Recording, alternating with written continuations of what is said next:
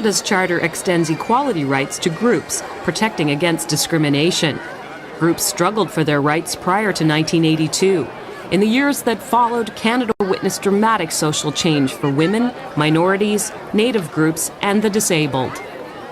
Well, I remember actually in 1982 when the Charter was brought in, there were a whole bunch of discussions about how we might exempt some people from the rights under the Charter. And one of the groups that was under consideration for exemption was women.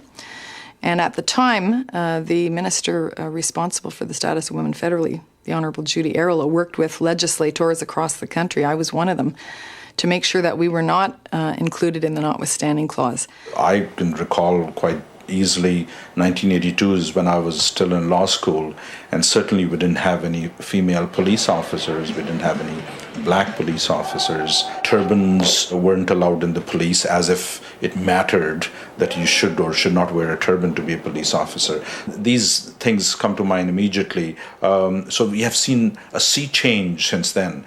Having gone through the change, we take all of these changes for granted. We don't think they are significant, but they are. They are major, major changes. I'm not so sure that the equality rights have made Canada more tolerable as a multicultural society yet.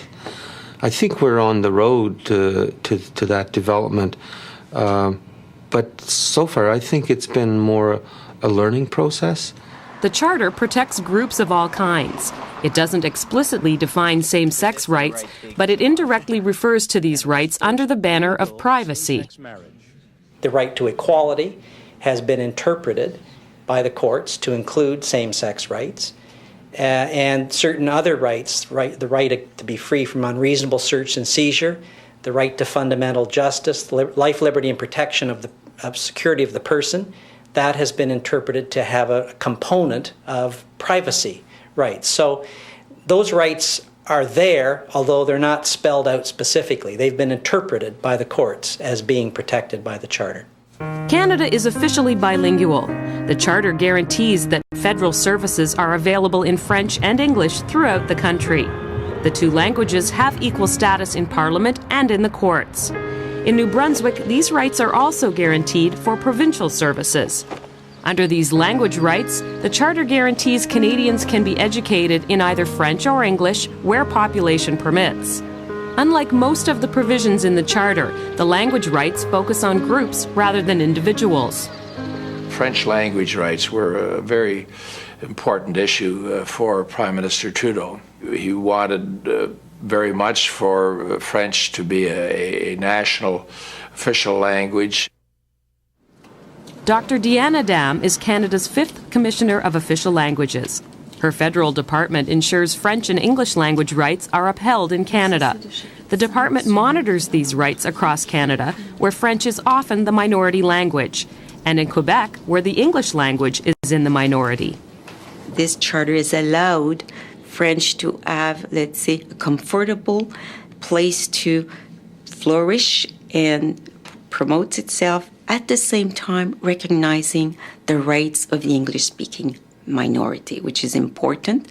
And the English-speaking minority is one, has access to major institutions linked to that provide services to them in education, health, justice, etc. It only makes sense to have language rights if you have a sufficient number of people. And indeed, the rights are phrased in that way in the Charter. Minority language education rights are phrased that way. The second practical concern is that these rights require the government to actually do things, actually spend money, build schools, have language programs, etc. And so we have a kind of a tension sometimes between the role of a court, which doesn't ordinarily order the government about how to spend money, and the Charter, which says that those rights are there.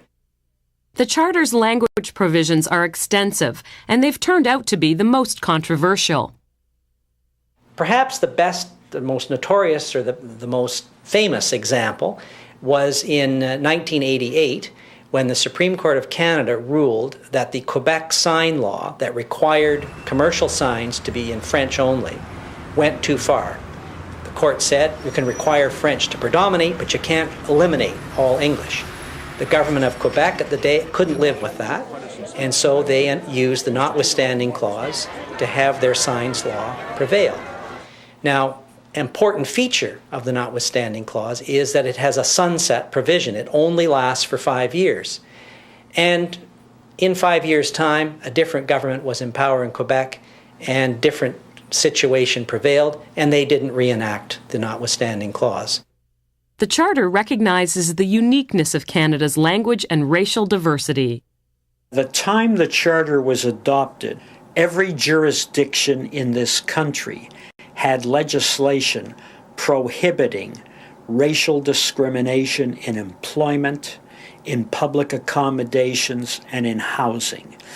Every jurisdiction had a Human Rights Commission to enforce that legislation. All of that was giving expression to society's increasing and welcome intolerance of intolerance. That's what was happening, and the Charter has given it expression. Well, I would say that the Charter has significantly impacted on race relations in Canada.